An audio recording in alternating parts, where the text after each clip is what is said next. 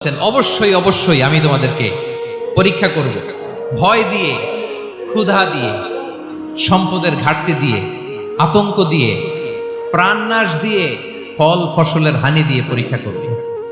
কিন্তু এই পরীক্ষায় যারা উত্তীর্ণ হবে, যারা সবর ইখতিয়ার করবে, ওবাশশিরিস সাবিরিন, ধৈর্যশীলদের জন্যই হচ্ছে সুসংবাদ। আলহামদুলিল্লাহ পড়ে।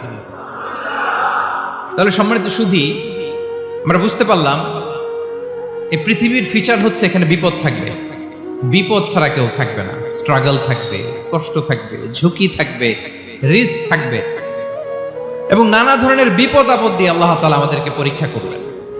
এটা মাস্ট, এটা আমাদের মাইন্ডসেটে নিয়ে নিতে হবে। মাইন্ডসেটে এটা ক্লিয়ার থাকতে হবে। চিরসুখ চিরশান্তি এই দুনিয়াতে মিলবে, কোথায় মিলবে তাহলে? এটা তাহলে বিপদ আসবেই, আপদ আসবেই, পরীক্ষা থাকবেই আমাদের জীবনে। তবে ইন্টারেস্টিংলি মজার বিষয় হচ্ছে পরীক্ষাটা এক একজনের এক এক রকম। পুরো পৃথিবীটা একটা পরীক্ষা ক্ষেত্র, কিন্তু কারো প্রশ্নপত্রের সাথে কারো প্রশ্নপত্রের কোনো মিল নাই। সুবহানাল্লাহ।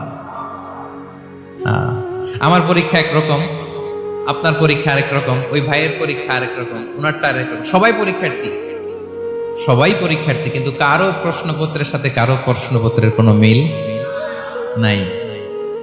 কারোর জন্য পরীক্ষা হচ্ছে সে খুব অসুস্থ, প্রচন্ড অসুস্থতা, তার জন্য পরীক্ষা। ক্যান্সারের রোগী, দুরারোগ্য ব্যাধি, ডক্টর বলছে 4th স্টেজে চলে আসছে, কয়েক মাস বাঁচতে পারে, এটা তার জন্য পরীক্ষা।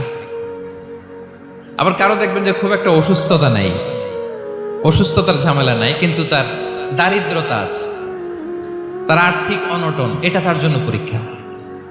আবার কারো দেখবেন অসুস্থতাও নাই, দারিদ্রতাও নাই, তার দাম্পত্য জীবনের সমস্যা আছে না নাই? অনেকের দেখবেন এগুলো কোনোটাই সমস্যা না, তার ছেলে কথা শোনে না, মাদকাসক্ত। আহা, মাদকাসক্ত, রিহ্যাবে পাঠায়, আবার আসে, আবার গাঁজা খাওয়া শুরু করে, আছে না নাই বলেন? দেখেন তার পরীক্ষাটা আবার আলাদা। অনেকের দেখবেন মেয়ে বাবার কথা শোনে না, আবার অনেকের দেখবেন যে ব্যবসায় সমস্যা, লসের পর লস, লাভ উঠাতে পারে না।